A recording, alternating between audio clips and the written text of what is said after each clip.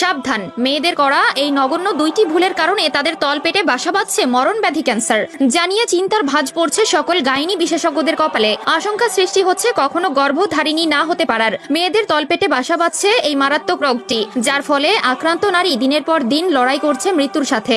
এমন অনেক নারী আছে যারা নিজেদের তলপেটের এই ব্যথাকে পিরিয়ডসের ব্যথা বলেও কোনো পদক্ষেপ নিচ্ছে না। তবে বর্তমান আধুনিক বিজ্ঞান দিচ্ছে এই চাঞ্চল্যকর তথ্য।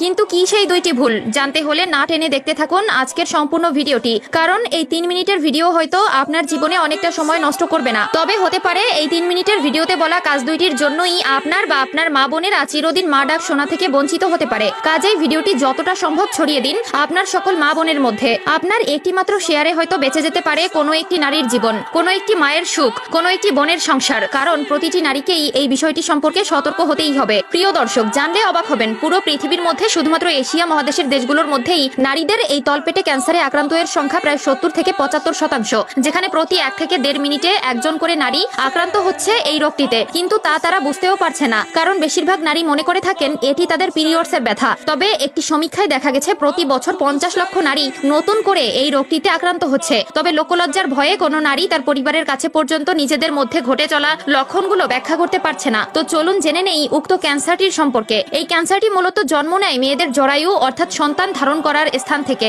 এটিকে ইংরেজিতে সার্ভিক্যাল ক্যান্সার বলা হয়। এই ক্যান্সারে আক্রান্ত হলে সাধারণত মেয়েদের শরীরে দেখা যায় অনিয়মিত ঋতুস্রাব, প্রস্রাব করার সময় তলপেটে প্রচন্ড ব্যথা সৃষ্টি হওয়া, এমনকি ঘটতে পারে প্রস্রাবের রক্তপাত। গবেষকদের মতে উক্ত ক্যান্সারের সব থেকে বেশি আক্রান্ত হচ্ছে 15 থেকে 25 বয়সী নারীরা, অর্থাৎ যাদের বয়সন্ধিকাল শেষ হয়েছে এবং যাদের সদ্য বিবাহ কিংবা বিবাহের পরিপূর্ণ বয়স হয়েছে তাদের মধ্যে। এমনকি যারা একের অধিক সন্তান জন্ম দিয়েছে তাদের ক্ষেত্রেও এটি প্রভাব ফেলতে পারে। যখন মেয়েদের গর্ভে এই ভাইরাসটি আক্রমণ করে তখন শরীরে রোগ প্রতিরোধ ক্ষমতা ধ্বংস হয়ে যায়। বিশেষ করে ওই স্থানে থাকা ইস্ট্রোজেন নামক হরমোনকে কাবু করে ফেলে এই ভাইরাস, যার ফলে এই কোষগুলো অনিয়ন্ত্রিত হয়ে পড়ে এবং ক্যান্সারের সৃষ্টি হয়। প্রথমেই যে ভুল তা হলো অস্বাভাবিক মেলামেশা। গবেষকদের মতে মেয়েদের মেলামেশার জন্য একটি নির্দিষ্ট সময়সীমা থাকে, তবে সেই সীমা লঙ্ঘন করে যদি ঘন ঘন মেলামেশা করা হয় তাহলে হরমোন মারাত্মকভাবে ক্ষতিগ্রস্ত হয়, যার ফলে পেপোলিমা ভাইরাসের জন্য এই ক্যান্সারের সৃষ্টি হয়। 2 নম্বর যে ভুল তা হলো অনেকের সাথে সম্পর্ক।